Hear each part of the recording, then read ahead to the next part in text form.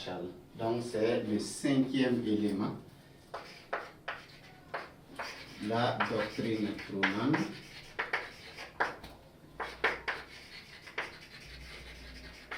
et le plan Marshall.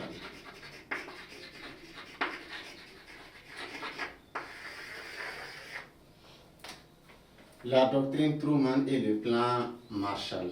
Ici, il faut reconnaître que face à l'expansionnisme soviétique, face à la progression du communisme en Europe centrale et en Europe de l'Est, les Américains, avec les Européens, ils vont décider de riposter face à cette volonté expansionniste de Joseph Staline. Les Américains proposent un ensemble de mesures. On a principalement deux mesures phares contenues dans la doctrine Truman. On pouvait même intituler la partie la doctrine Truman tout simplement parce que c'est à l'intérieur de la doctrine Truman qu'on retrouve le plan Marshall. C'est le volet économique de la doctrine Truman, puisque la doctrine Truman comprend deux éléments. Il y a le containment,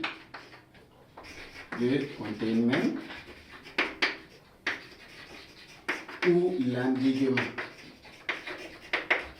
Le containment ou l'endiguement, qui est une politique pour contrer l'avancée du communisme, pour aider les États d'Europe à lutter contre le communisme. Donc c'est le containment ou l'endiguement.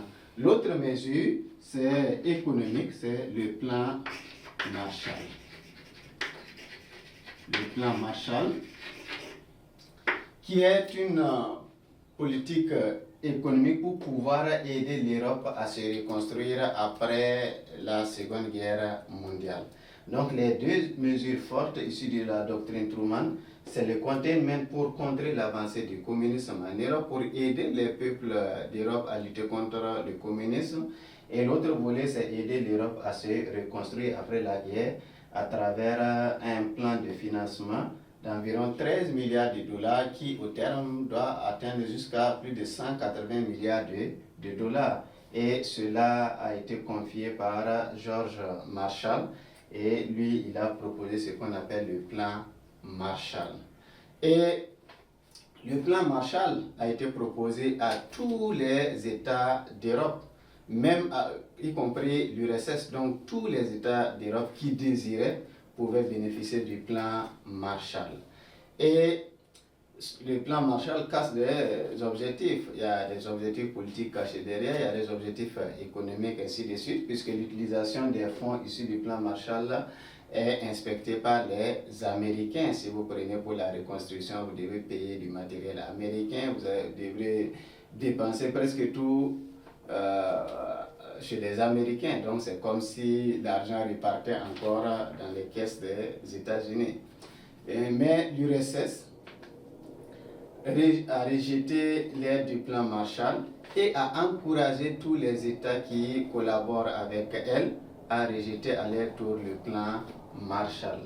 Donc, parce que selon l'URSS, le plan Marshall, c'est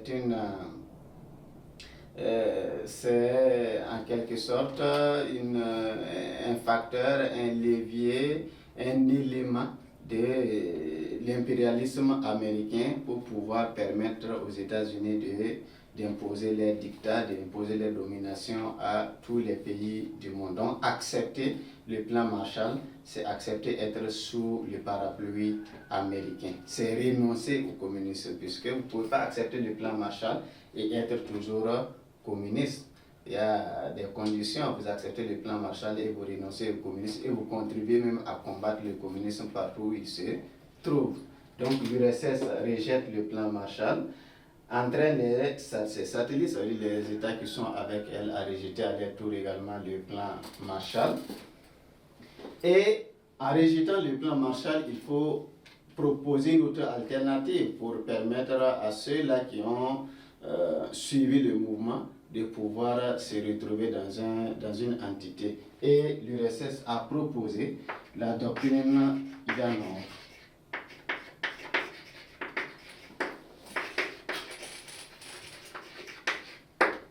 La doctrine Ivanov, c'est une doctrine en riposte au plan Marshall. Et la doctrine Idanov également est conçue pour pouvoir propager le communisme à travers le monde. Il y aura des organismes qui seront créés, surtout le Cominform, pour pouvoir diffuser des informations liées au communisme et permettre également au communisme de prendre de l'ampleur un peu partout dans le monde. Et aussi d'autres leviers économiques ont été mis à l'intérieur pour pouvoir gérer et planifier et organiser l'économie des pays communistes. C'est surtout le KIM ou le Comecon. On verra cela avec l'organisation au sein des blocs. Et selon la doctrine Idanov, le monde est divisé désormais en deux camps. Il y a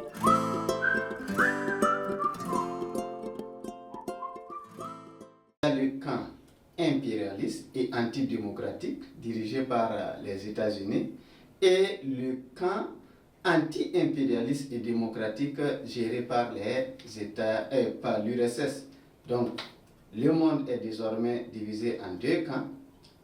Le camp anti-démocratique et impérialiste, qui est piloté par les États-Unis, et le camp anti-impérialiste et démocratique géré par l'URSS. Donc le rejet du plan Marshall par l'URSS et la mise au point de la doctrine Idanov consacre véritablement la division du monde en deux blocs. Désormais, l'Europe est divisée, comme disent les Occidentaux, par un rideau de fer. Après l'analyse concernant le plan Marshall et la doctrine Idanov, nous bouclons ainsi les causes de la division du monde en deux blocs, l'Est et l'Ouest. Donc, premier élément ou bien première cause, c'est les divergences idéologiques, les combats idéologiques qui existaient entre le communisme et le capitalisme et qui, pour finir, a entraîné l'existence de deux camps, l'Est et l'Ouest. Après, nous avons la fin de la Grande Alliance qui a été mise au point pendant la Seconde Guerre mondiale pour combattre le fascisme, a volé en éclats sur le fond de divergences idéologiques entre Américains et Soviétiques.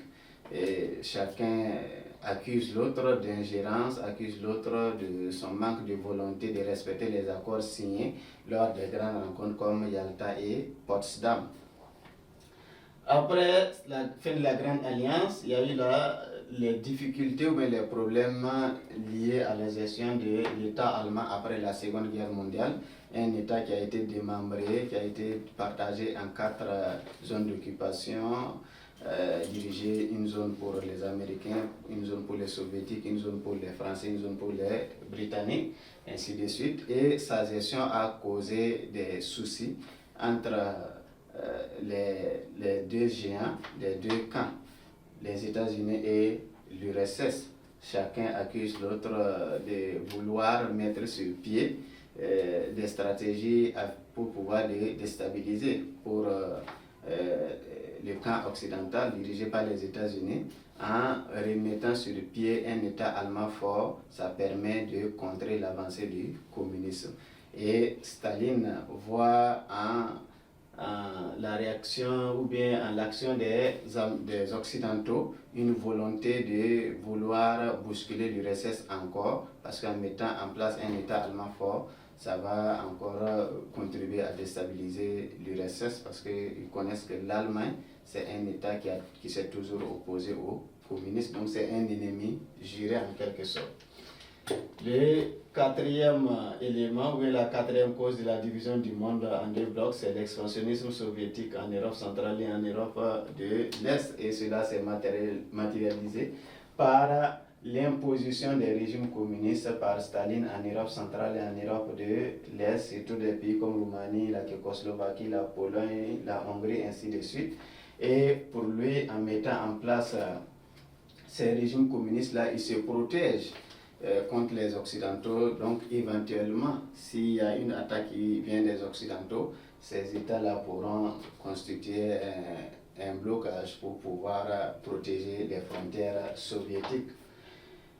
Et après l'expansionnisme, les problèmes liés à l'expansionnisme soviétique, la riposte des Occidentaux, surtout à travers les États-Unis, c'était la mise en place de la doctrine Truman, qui comprenait la doctrine du containment ou l'endiguement, qui consiste à lutter contre le communisme, à aider les peuples d'Europe à lutter contre l'avancée du communisme, et l'autre volet économique confié à George Marshall, qui est pour la reconstruction de l'Europe. Cela a été fait sous forme d'aide qu'on appelait l'aide du plan Marshall d'environ 13 milliards de dollars qui à terme devrait atteindre jusqu'à 180 milliards de dollars.